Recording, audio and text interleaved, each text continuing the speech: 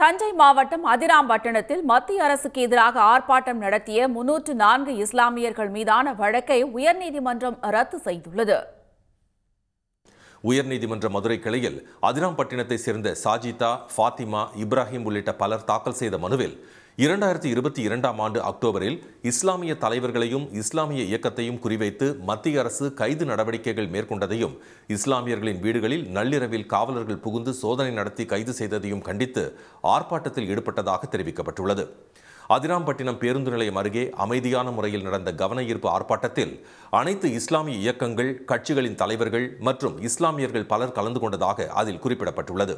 இந்த ஆர்ப்பாட்டத்தால் போக்குவரத்துக்கோ பொதுமக்களுக்கோ எவ்வித இடையூறும் ஏற்படவில்லை என்றும் மனுவில் தெரிவிக்கப்பட்டுள்ளது. ஆனால் கிராம நிர்வாக அலுவலர் கொடுத்த பொய் புகாரின் பெயரில் 304 பேர் மீது அதிராம்பட்டினம் காவல் நிலையத்தில் பதிவு செய்யப்பட்ட வழக்கை ரத்து செய்ய வேண்டும் என்று மனுதாரர்கள் கோரியிருந்தனர். இந்த மனுவை விசாரித்த நீதிபதி சுந்தர் மோகன், ஓர் அரசின் மீது ஏற்படும் அதிருப்தியை வெளிப்படுத்த நாட்டின் குடிமக்கள் ஒன்று கூடுவதற்கான உரிமையை இந்திய அரசியலமைப்பு சட்டம் வழங்கியுள்ளதாக தெரிவித்தார். இவ்வாறு கூடுவதை குற்றமாக கருதி வழக்கு பதிவு செய்து அதற்கான இறுதி அறிக்கையை தாக்கல் செய்வதை அனுமதித்தால் எந்த குடிமகனும் இனி ஜனநாயக முறையில் தங்களது அதிருப்தியை வெளிப்படுத்த முடியாது என்று அவர் குறிப்பிட்டார். இதுபோன்ற நடவடிக்கைகள் அரசியலமைப்பு வழங்கும் அடிப்படை உரிமைகளை மீறுவதாக உள்ளது என்ற நீதிபதி இந்த வழக்கில் தாக்கல் செய்யப்பட்ட அறிக்கையை பார்த்தபோது குற்றவியல் சட்டத்தின் கீழ் வழக்கு பதிவு செய்வதற்கான குற்றம் ஏதும் நடைபெறவில்லை என்பது தெரியவருகிறது என்றும் கூறினார்.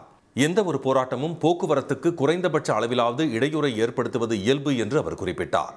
ஆனால் அது சட்டவிரோத இடையூறை ஏற்படுத்தியது என குற்றம் சாட்டப்படுவதற்கு ஏற்கத்தக்கது அல்ல என்று ஏற்கனவே உச்சநீதிமன்றம் பல்வேறு உத்தரவுகளில் தெரிவித்துள்ளது என சுட்டிக்காட்டிய நீதிபதி, மனுதாரர்கள் அனைவர் மீதும் பதியப்பட்ட வழக்கை ரத்து செய்து உத்தரவு பிறப்பித்தார்.